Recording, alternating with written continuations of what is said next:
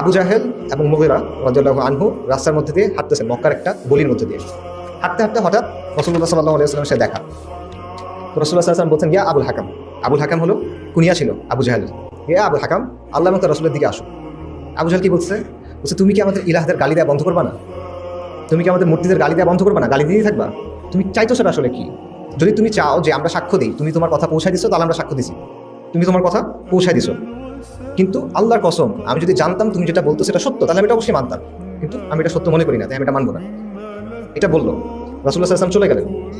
তারপর আবু জাহেল মুগীরাকে বলতেছে রাদিয়াল্লাহু আনহু যে, আল্লাহর কসম, মুহাম্মদ যেটা বলছে এটা সত্য, কিন্তু একটা জিনিস আমাকে মানতে বাধা দিচ্ছে। কি জিনিস? বলছে বানু কুসাই, এটাও নবী সাল্লাল্লাহু আলাইহি ওয়াসাল্লামের গোত্রের নাম। বানু কুসাই বলল, কাবার চাবি আমাদের, আমরা দিয়ে দিলাম। বানু কুসাই বলল, জামজাম এবং হাজিদের পানি খাওয়ানো, এটার দায়িত্ব আমাদের, আমরা দিয়ে দিলাম। বানু কুসাই বলল, যুদ্ধের পতাকা আমাদের, দিয়ে দিলাম। বানু কুসাই বলল, পরামর্শ সভার নেতৃত্ব আমাদের, দিয়ে দিলাম, সব দিয়ে দিলাম। তারপর আমরা তাদের সাথে প্রতিযোগিতা করলাম এবং তাদের সমান হইলাম। আজকে এরা বলতেছে যে আমাদের মধ্যে নবী আছে। এটা আমি কখনো মানবো না, আল্লাহর কসম এটা আমি মানতে পারবো না।